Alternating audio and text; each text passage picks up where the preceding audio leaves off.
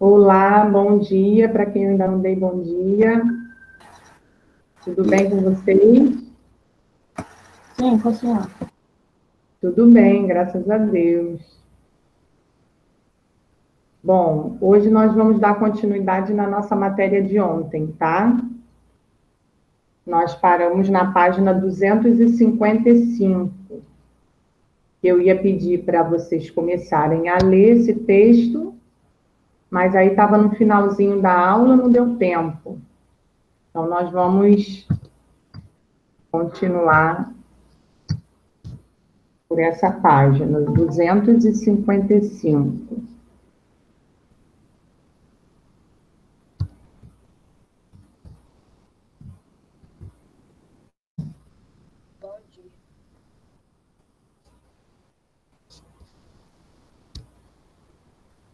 Bom, na aula de ontem, na semana... Oi, Matheus, pode falar. Qual é a 255. 255. Na aula de ontem e na semana passada, nós falamos um pouquinho sobre esse instrumento, né, que é o microscópio.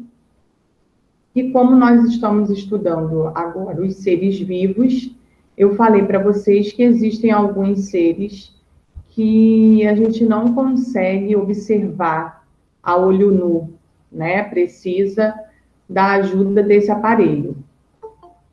Então, ele consegue, a gente já viu aí em algumas fotos ontem, que ele consegue aumentar, né, ampliar a imagem de seres que são considerados seres microscópicos, tá? Então, ele pode aumentar desde poucas vezes até muitas vezes, tá?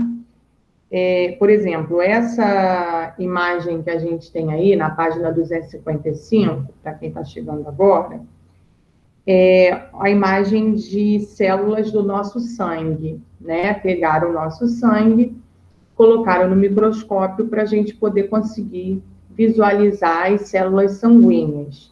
Nesse caso aqui, em específico, foi aumentado 100 vezes, tá? Mas existem imagens, né, partes observadas que podem ser aumentadas mais que 100 vezes. Ontem a gente viu a célula de uma bactéria, né, que foi tirada uma foto do próprio microscópio, e nessa imagem tinha sido aumentado 14 mil vezes, né? Então, a quantidade de vezes que ele pode aumentar vai estar relacionado ao modelo do microscópio, tá?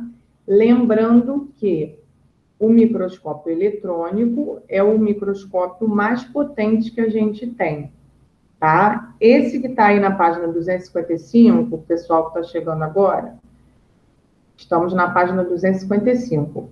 Esse microscópio é o microscópio óptico. Ele aumenta, mas ele não aumenta tanto. É aquele que a gente comentou que geralmente tem nas universidades, nos laboratórios de algumas escolas.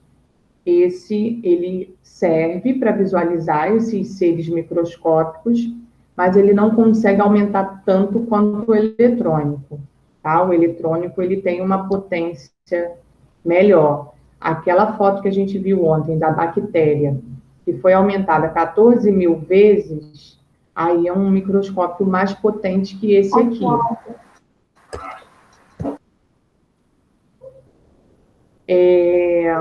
Outra coisa também, ó, nessa página a gente consegue ver as principais partes de um microscópio, tá? O que ele tem? Então, ó, ele começa com o número 1, que é uma luzinha, ó, tem uma luzinha e um feixe de luz. Ele é ligado na tomada, e aí, quando ele liga na tomada, essa luzinha, essa lâmpadazinha acende, tá? Ó, Juliana e Júlia que entraram agora. Estamos na página 255. tá? No número 2, ó, a gente tem uma bancadinha e temos aí uma plaquinha de vidro. Essa plaquinha é onde a gente vai colocar o objeto a ser observado, tá? O nome dessa plaquinha é chamada de lâmina. Então, tudo 255. O texto que a gente parou ontem, que a gente não conseguiu ler, que vocês vão ler daqui a pouco. 255. Então, todo objeto, todo ser que a gente quiser observar, ele é colocado em cima dessa lâmina, esse pedacinho de vidro aí, e aí a gente observa, foca, né, o microscópio ele tem que ser focado, foca o microscópio e aí a gente consegue analisar o que a gente colocou na lâmina, tá? 255. Bom, no número 3, ó, a gente tem as lentes. São essas lentes que vão aumentar, tá? Várias vezes o que a gente está observando. Então, a gente tem aí, ó, nesse tipo aí de microscópio, a gente tem 3 lentes diferentes. Está aparecendo 2, mas tem uma outra do outro lado, tá? São 3 lentes diferentes, com potências diferentes. Então, pode ser uma de 10, uma de 100 e uma de 1000, tá? Uma de 10 vezes, uma de 100 vezes e uma de 1000. Aí vai depender do tipo de microscópio. E no número 4, ó, é a parte que a gente coloca o olho para poder observar, tá? Nesse tipo aí, desse microscópio eletrônico, o nome dessa parte é objetiva. Nesse microscópio, a gente só tem uma objetiva, só tem um tubinho aí, então a gente só vai visualizar com um olho. Mas existem alguns microscópios ópticos que têm 2 objetivas, ou seja, nós vamos utilizar os 2 olhos, tá? Porque tem o espaço, tem 2 lentezinhas aí de observação. Aí a gente utiliza os 2 olhos. Então, quando ele tem uma objetiva só, o preço dele também é um pouquinho mais barato. Quando a gente tem 2 objetivas, aí ele é mais moderno, então ele é um pouquinho mais caro, tá? Então, isso tudo vai, o modelo, né, do microscópio vai interferindo no valor também, tá? Muito legal. Essa rodinha, essa parte aqui, ó, essa rodinha aqui, ela... Oi? Não, sim, eu estava confirmando. Ela consegue abaixar essa parte da lente, onde tem essas 3 lentezinhas, essa rodinha, ela abaixa para ficar mais próximo do objeto que está sendo observado, ou ela pode levantar para ficar mais distante, tá? Então, essa parte toda aí do número 3 e do número 4, por conta dessa rodinha aí, essa parte ela sobe e abaixa, ela sobe e abaixa. Você consegue controlar qual é o foco que você quer dar, tá? Bom, então vamos lá. Aqui conta um pouquinho sobre a história, né, de quem conseguiu observar primeiro esses seres microscópicos em um microscópio, e fala um pouquinho também dos tipos do microscópio, tá? Então, como prometido ontem, mas ontem não deu tempo, eu vou pedir a participação de alguns alunos para ler esse texto. Bom, vamos lá, deixa eu ver aqui. Espera aí, tem algumas pessoas entrando. Não teve aula Pessoal... Oi, Paulo Vitor. Eu acho que não foi. Tia, não foi ontem, não, foi anteontem. Foi ontem? Aham. Foi anteontem. Foi quarta-feira, isso mesmo. Isso mesmo. O pessoal que está entrando agora. Tem gente aí que está entrando agora. Milena, Lara, nós estamos na página 255, tá? Ok? Vamos começar aí a ler a página 255. Vamos ver aqui. Breno Santana, tá me ouvindo?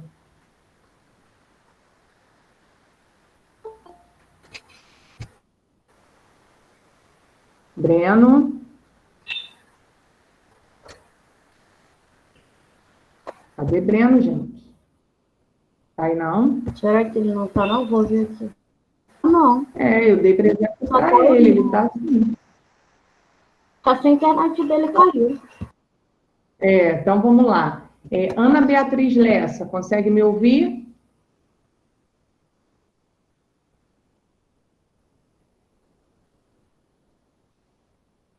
Também não? Vamos lá, então. Emanuela. Ela colocou aqui. Oi. Oi. Começa a ler para a tia esse texto, As Células e os Microscópios. Calma aí. Página 255.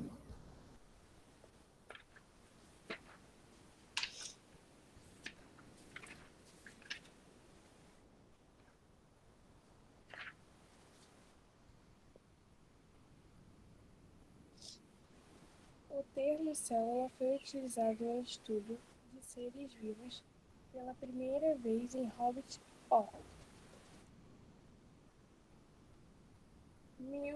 Bom, 1605,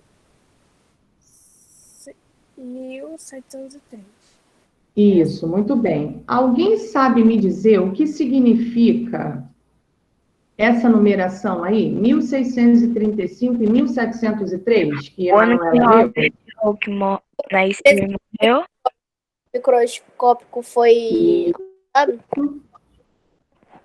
Isso aí, muito No bem. microscópio. Aí está falando, né, sobre o Robert Cook, né, que foi um cientista que iniciou, né, pela primeira vez esse estudo de seres microscópicos em um microscópio, tá?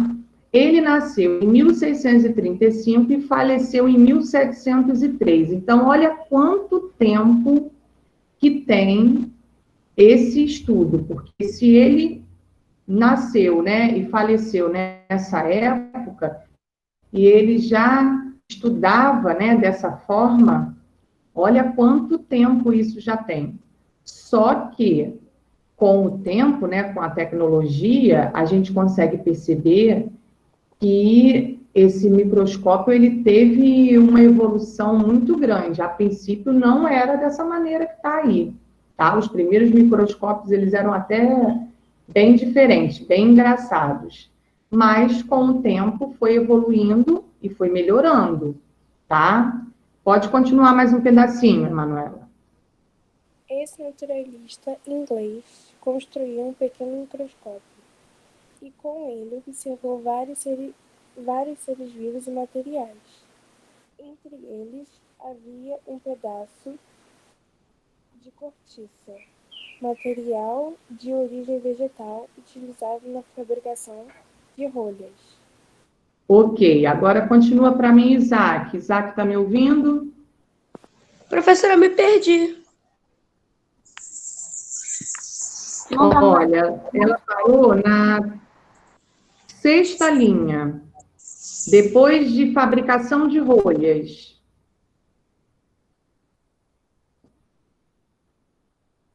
Acharam? Tá a página 255, não é isso? Eu achei. Isso. Ao observar, ó, na sexta linha. O primeiro é muito engraçado. Ao observar a cortiça no microscópio, Hooke percebeu que ela é formada por pequenos compartimentos, ao quais deu o nome de células, que significa pequenos compartimentos. Continua? Pode continuar. Ao longo dos anos, Outros pesquisadores aperfeiçoaram os microscópios, que, nos dias atuais, permitem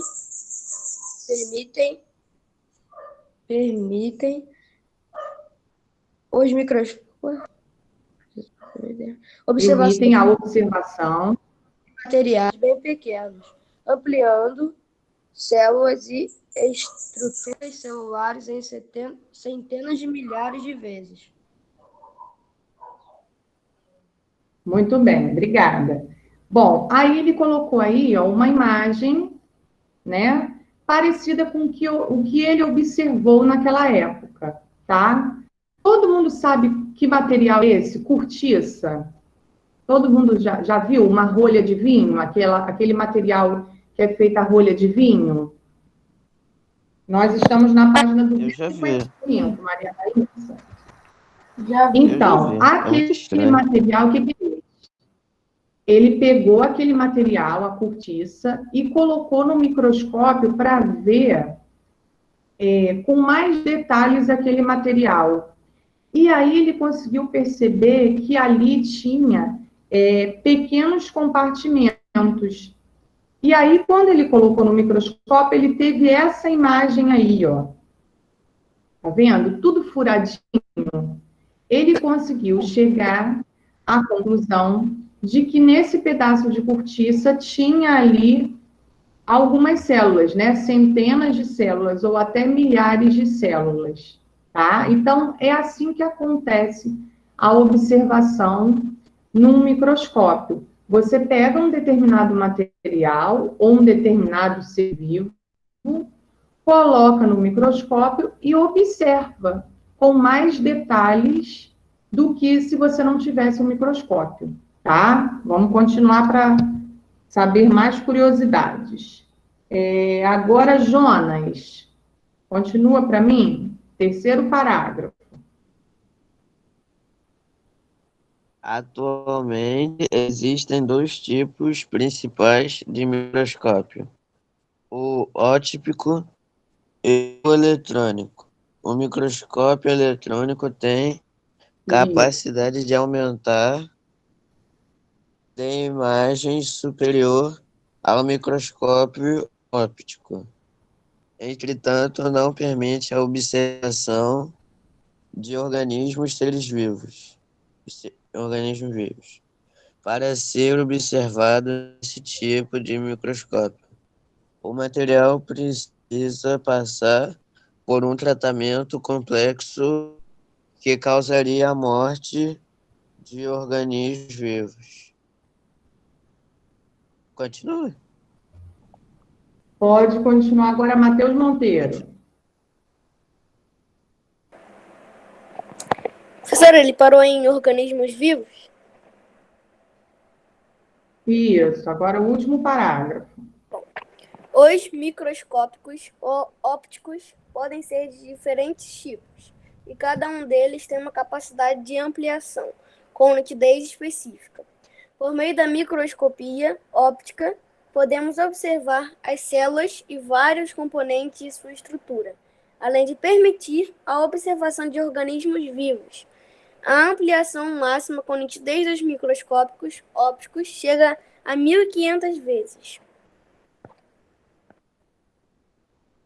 Viu? Então, nesse caso aí, ó, nós temos um microscópio óptico. Aí, no iniciozinho da aula, antes da gente começar a ler o texto, eu falei que essa imagem que esse microscópio está ampliando, para o pessoal que chegou depois, é o nosso sangue, tá? Então, eles pegaram uma gotinha de sangue, colocaram nessa lâmina, nessa partezinha de vidro que está aí no microscópio, e começaram a observar, tá? Quando eles ampliaram, que eles ampliaram aí 100 vezes, obtiveram esse tamanho aí dessas células, tá? E aí eles começaram a identificar o que tinha no sangue. Então, eles acharam, ó, as hemácias, que também podem ser chamados de glóbulos vermelhos, tá? São células especiais que estão no nosso sangue. E os glóbulos brancos, que também podem ser chamados de leucócitos, tá? Os glóbulos brancos ou leucócitos são células que estão no nosso sangue, responsáveis pela defesa do nosso organismo. E ainda tem uma outra parte do sangue que não está aí, que são as plaquetas, tá? Mas aí não foi identificado aí, não. Então, quando a gente faz um exame de sangue... Oi, João Pedro. Ontem, à noite, eu tava jogando futebol. Aí, na hora que eu fui pisar no chão, eu pisei num lugar que era afiado. Aí saiu muito sangue. Então, aí...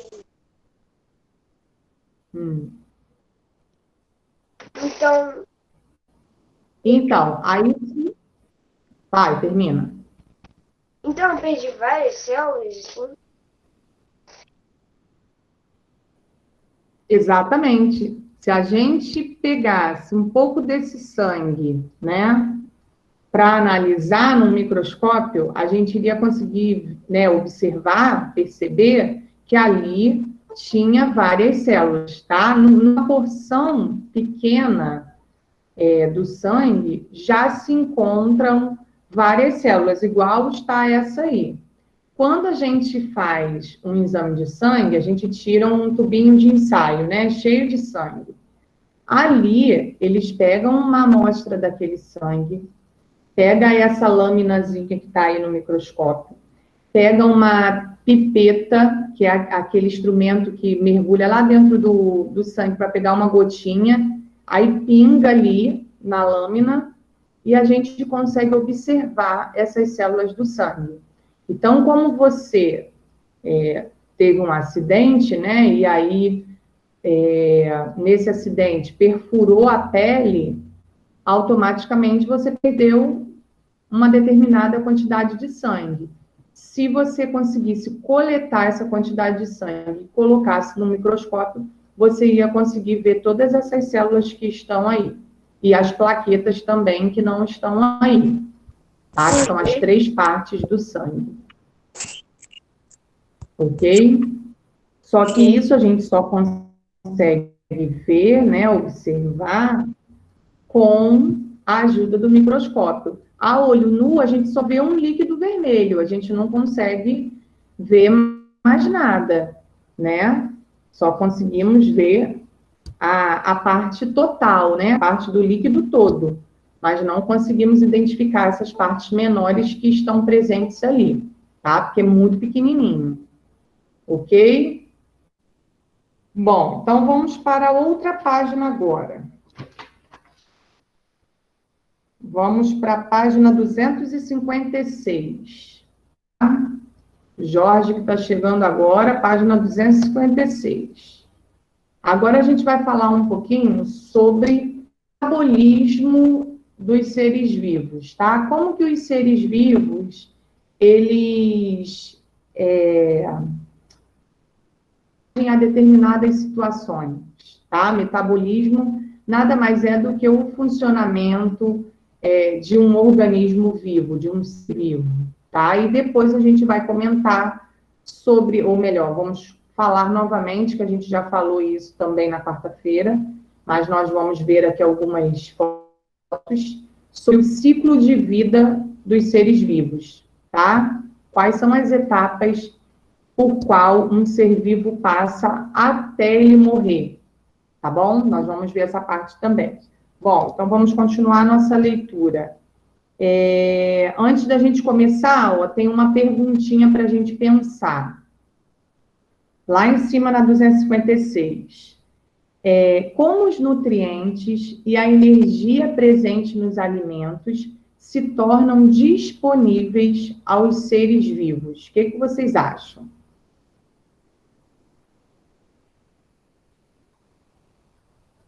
A gente se alimenta, né?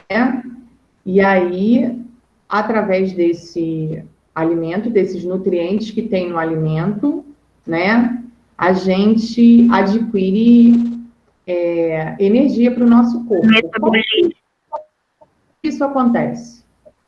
Através elementos que contém naquele Ocorrência de diversas Professor, reações químicas. Isso, muito bem, através de diversas reações químicas, tá? Vou dar o exemplo de uma. Por exemplo, daqui a pouco, eu não sei se todo mundo aí já tomou café ou se vai tomar café 9 horas, né? Mas daqui a pouco a gente tem o nosso intervalo. Aí, caso alguém coma alguma coisa horas no intervalo, a gente vai comer esse alimento, um biscoito, uma fruta, um pão. E aí, quando a gente come e mastiga, depois que a gente mastiga, a gente vai engolir esse alimento. Quando a gente engole esse alimento, dentro da gente já começa um processo. Não, 256, Jorge. Já começa um Meu Deus processo do de céu. reações químicas dentro da gente. Ou seja, dentro do nosso corpo já começa um processo químico que é chamado de digestão. Já ouviram falar? A gente começa a fazer um processo de digestão. O que é isso? É a transformação desse alimento que a gente ingeriu, tá? O organismo ele começa a separar todos os nutrientes do alimento que a gente comeu para transformar esse alimento em nutrientes para o nosso corpo, em energia para o nosso corpo, tá? Então, por isso que a gente precisa comer todo dia e por isso que a gente come todo dia. O organismo, ele precisa de energia. E a energia, ela é obtida através da nossa alimentação. Se a gente ficar muito tempo sem comer, a gente já se sente fraco, né? A gente já, às vezes, algumas pessoas têm um pouco de tontura, porque o organismo já sente falta daquele alimento. Certo? Todo mundo entendeu até aqui? Sim. Tá, então vamos lá. Agora continua para mim, Juliana, vai. Primeiro parágrafo. Os seres vivos necessitam dos alimentos para obter energia e matéria, essenciais ao seu desenvolvimento e crescimento. Em geral, para serem utilizadas pelos seres vivos, as moléculas que compõem os alimentos precisam ser quebradas em compostos menores. Esses compostos são utilizados como fonte de energia ou para a formação de novas moléculas que farão parte do organismo do ser vivo. Muito bem. Continua agora para mim, João Pedro. Isso é possível, graças à ocorrência de diversas reações químicas. O conjunto dessas reações que ocorrem no organismo dos seres vivos é chamado metabolismo. Muito bem. Vamos marcar, então, todo esse parágrafo que João Pedro leu. De isso é possível até metabolismo. Então, todas essas reações que acontecem no nosso organismo e no organismo de todos os seres vivos, tá? Todo esse conjunto de reações é chamado de metabolismo, tá? Então, é o funcionamento de tudo. Esse conjunto de reações de digestão, de respiração, de circulação do sangue, de movimento, todas essas atividades que o nosso corpo faz, né, que o nosso corpo executa todos os dias, isso é dado o nome de metabolismo, tá? Então, se um ser... Oi? É para marcar alguma coisa? É, o parágrafo que João Pedro leu, o segundo parágrafo todo. Tá. Então, todo ser vivo, né, que está com vida ainda, ele vai ter esse conjunto de reações químicas acontecendo no corpo dele, e aí, toda vez que isso estiver acontecendo, a gente vai chamar isso de metabolismo. Tá?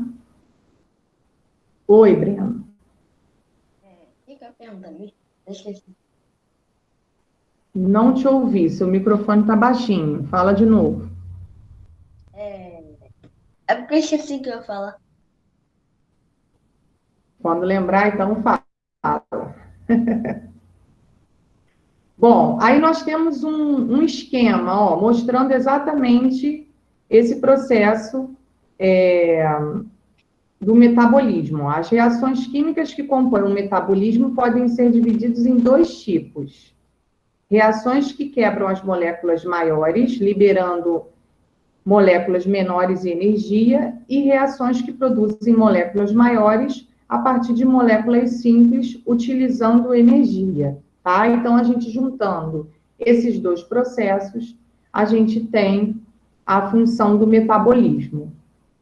Bom, vamos continuar então. Agora, deixa eu ver aqui quem. Júlia, tá me ouvindo, Júlia?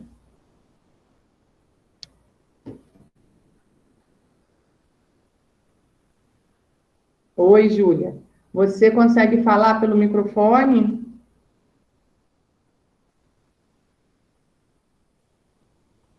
E você quer ler esse parágrafozinho aí de baixo do esquema?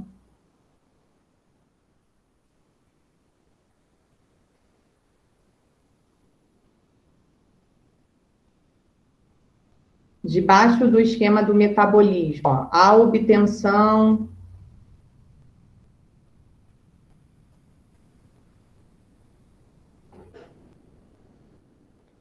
A obtenção de energia ocorre principalmente por meio de um processo chamado respiração celular, que acontece no interior das células.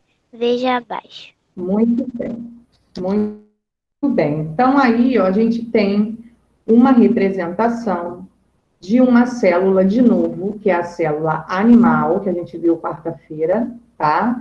E está representando aí, ó, a respiração celular.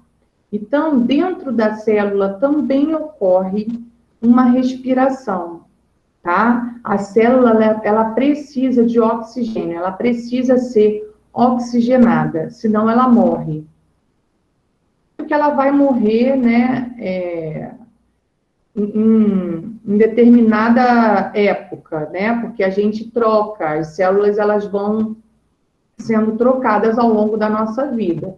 Só que elas têm um tempo de duração. Então, para elas durarem esse tempo, elas precisam do oxigênio, tá? Então, o oxigênio para lá dentro delas. E aí, esse processo é chamado de respiração celular, tá bom? Aí, aqui explica mais ou menos como isso acontece, ó. A glicose é a principal molécula utilizada nesse processo. Esse açúcar é produzido pela maioria dos vegetais por meio da fotossíntese e está presente na constituição de vários alimentos ingeridos pelos consumidores. Tudo que tem açúcar, né, vai ter uma porcentagem de glicose. E tem algumas coisas também que não tem açúcar, ou melhor, a gente acha que não tem açúcar, mas dentro do corpo da gente se transforma em açúcar, tá? Como o pão, o macarrão, a batata, né? Dentro do nosso organismo, eles se transformam em glicose, tá? Em açúcar.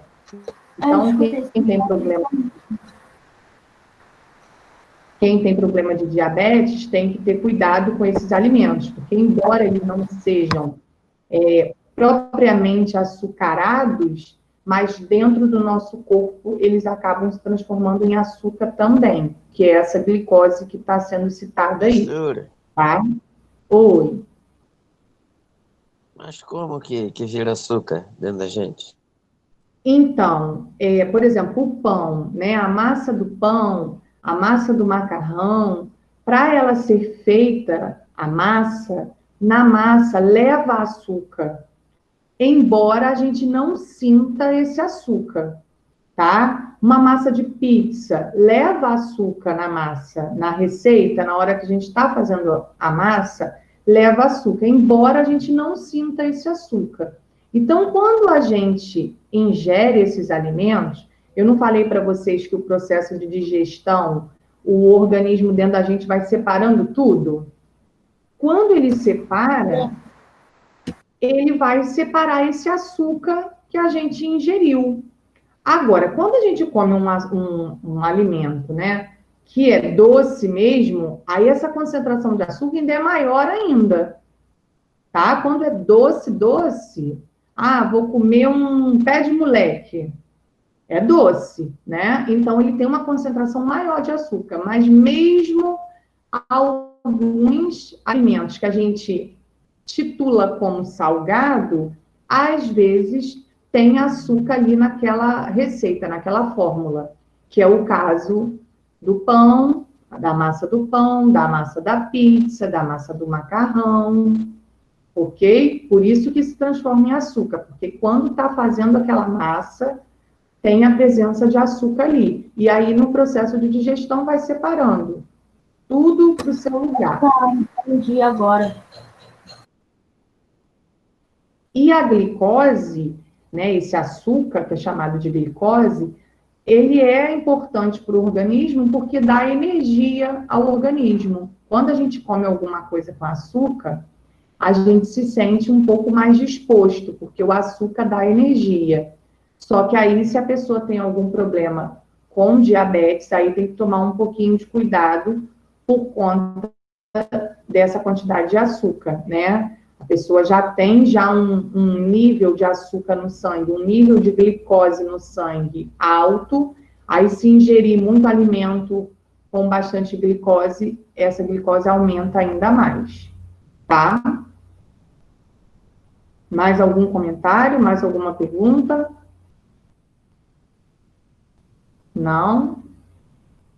Bom, aí ele faz um resumo, né, do que acontece dentro da célula. Glicose mais gás oxigênio vai gerar, gás carbônico e água. Juntando esses dois, a gente vai ter a energia que o corpo precisa.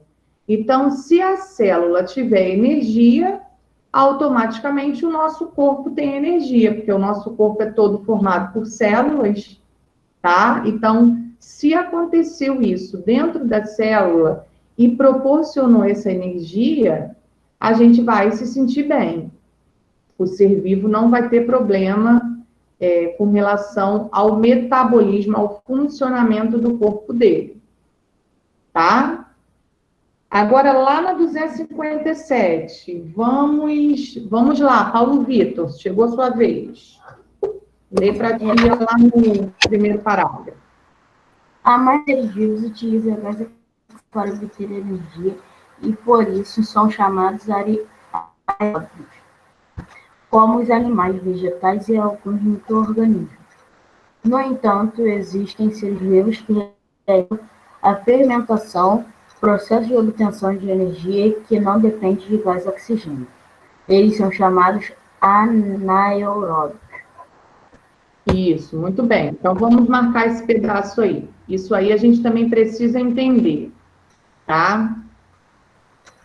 Os seres vivos, eles podem ser classificados...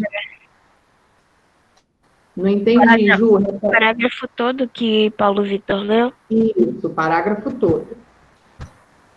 Os seres vivos, eles podem ser classificados de duas maneiras diferentes com relação à obtenção de energia, tá?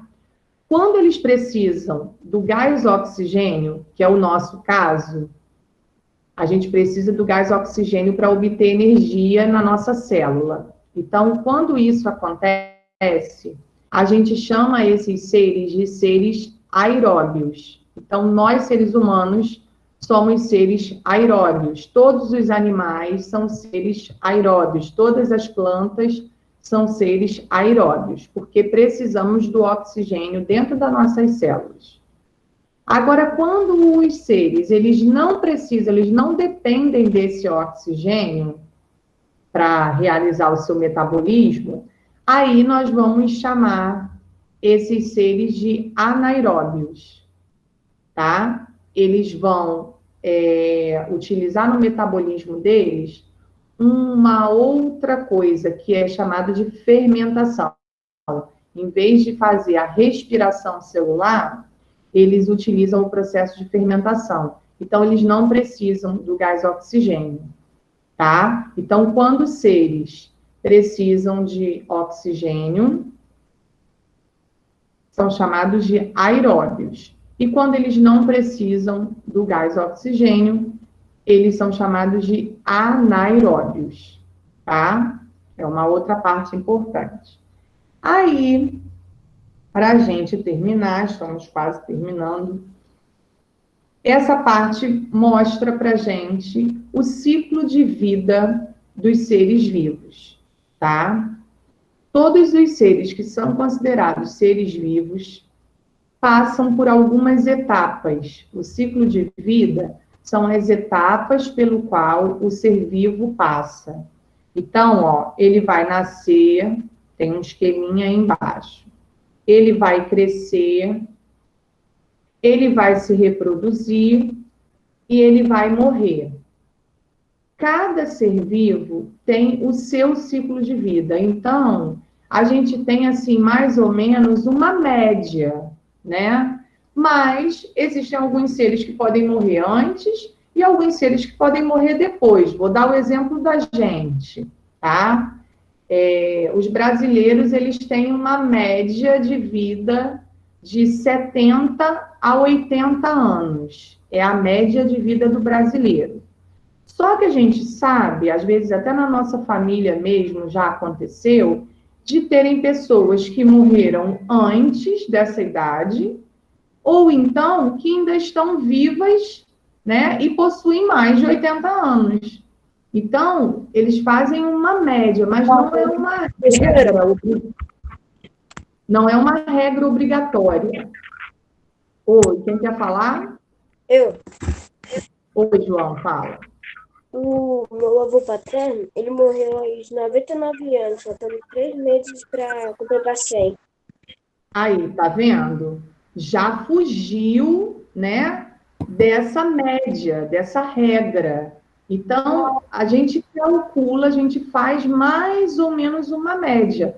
Mas a gente sabe que existem alguns seres, isso com todos os seres, tá? Eu estou dando o exemplo do ser humano, porque é a gente, mas, assim, com todos os animais, com as plantas, os cientistas, eles estudam uma média. Mas a gente sabe que pode acontecer de ou morrer um pouco antes, ou então viver um pouco mais. Pode falar, Paulo Vitor. Meu avô morreu com 84. É? Uhum.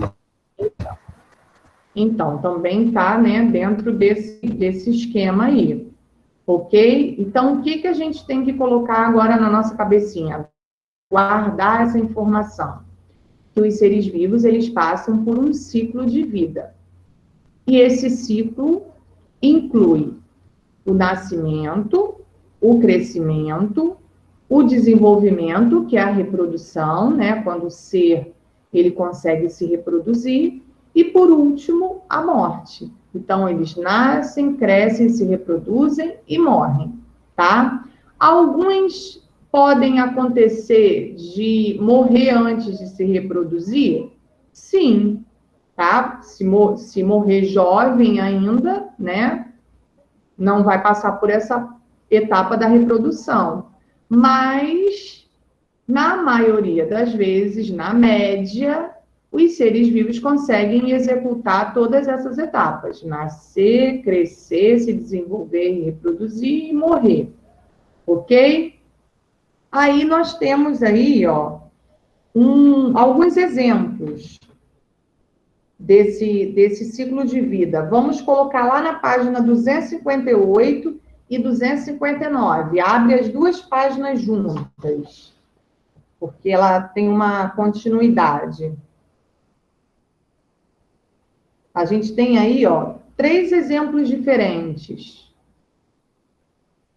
A gente tem o exemplo do milho, a gente tem o exemplo da tartaruga marinha, ó, e a gente tem o exemplo de uma borboleta, tá? Então, a gente tem aí, ó, no milho, primeiro, ó, alguém, né, plantando, colocando a sementinha do milho aí na terra. Aí, no segundo quadrinho, ó, a gente já tem essa semente de milho germinando. Então, já está tendo o nascimento aí do milho. Depois, ó, a gente tem já um milharal, um monte de pé de milho aí. Depois, a gente tem, ó, a inflorescência, que é exatamente aquele período que o milho ele consegue se reproduzir, né? Que aí vai dar a espiga de milho, que a princípio não tem nada de milho aí, só tem a parte verde. Na outra etapa, ó, já tem a espiga toda formadinha aí, é só colher o milho.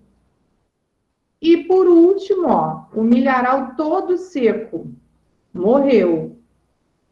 Tá? Então, aí, nesse exemplo do milho, a gente tem todas essas etapas. Tem o ciclo todinho do milho. Mesma coisa acontece na tartaruga, ó. A gente tem aí os filhotinhos saindo do ovinho, ó, olha quantos, um monte. Aí, depois, na segunda foto, a gente tem uma imagem delas se encaminhando para o mar, né, que é o ambiente delas. Aí elas vão... Tem algumas que conseguem, né? Muitas não conseguem, muitas. Na verdade, olha que absurdo, olha quantas tem aí. Devem ter aí umas 30, mais ou menos, né? Umas 10. Na verdade, não, aí na areia, nessa parte indo para o mar, deve ter umas 30, né? Até chegar na água deve sobrar umas 10. Então, na fase adulta, que é essa que está aí na terceira foto, apenas uma desse montão aí que está na areia consegue chegar nessa terceira fase, na fase adulta. Olha só que absurdo. Muitas morrem pelo caminho, muitas são predadas, né?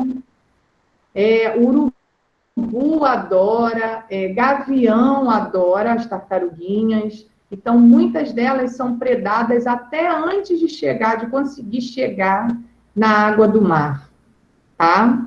Então, os biólogos, né, estimam que de todas essas que estão aí na areia, se encaminhando para o mar, pequenininha, apenas uma delas chega a uma fase adulta. Professor? Tá? Muitas morrem antes. Oi, pá.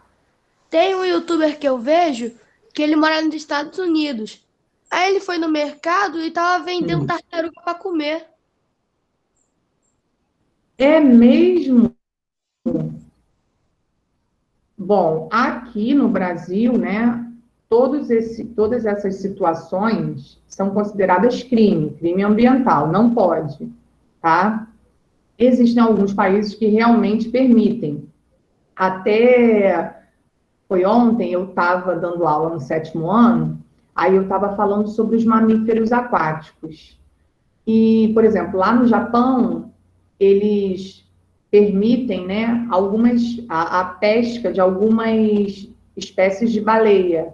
Aqui no Brasil, não é permitido nenhuma espécie, tá? Então, em alguns países, realmente, permitem, às vezes, a caça desses animais e a venda desses animais.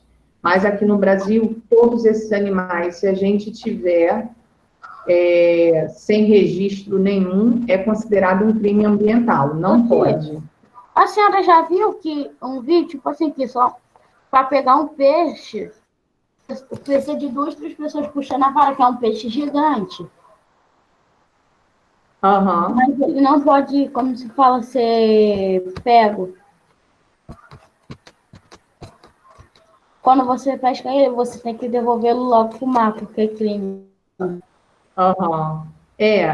Existem algumas pescas que são assim, né? Que eles chamam de pesca, acho que é pesca artesanal. Você pesca só para se divertir, né? Para passar o tempo, mas você devolve depois o peixe para o ambiente dele, né? Você não pesca ele propriamente dito para se alimentar. Existem algumas pescas que são assim, tá? Mas Meu pai quando você pega um animal que não é autorizado, aí aqui no Brasil é considerado um crime ambiental. Pode falar, Matheus, que eu não te ouvi.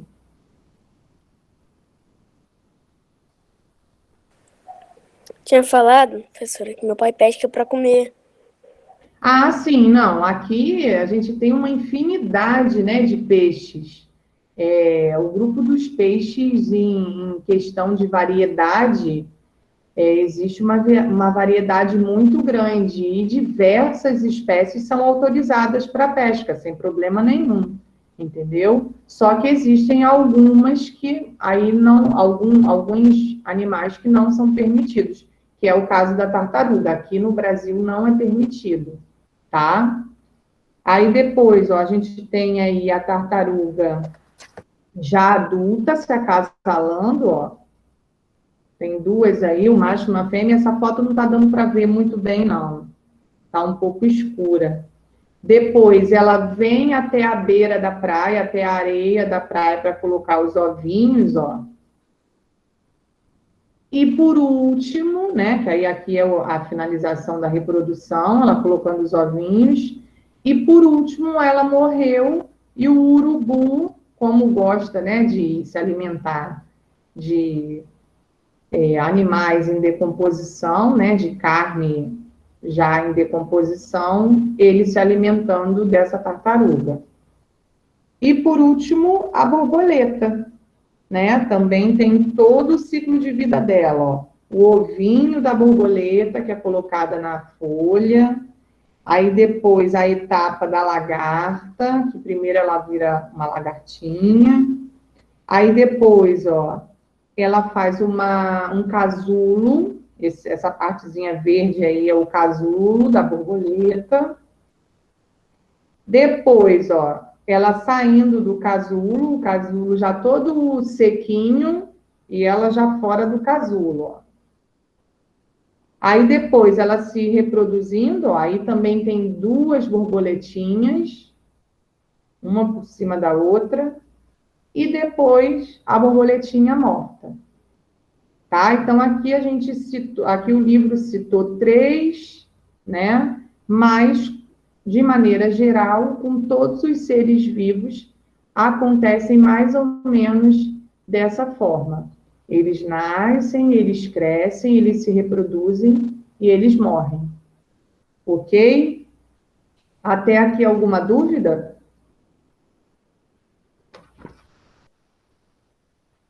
Não. Não? Entenderam direitinho? Sim. Ainda tem mais curiosidades para a gente saber dos seres vivos. Ainda não acabou, não. Mas aí a gente vai ver na semana que vem. Tá bom? Ainda tem bastante novidade. Bom, deixa eu conferir, então, a presença de vocês, para eu liberar vocês. Espera aí.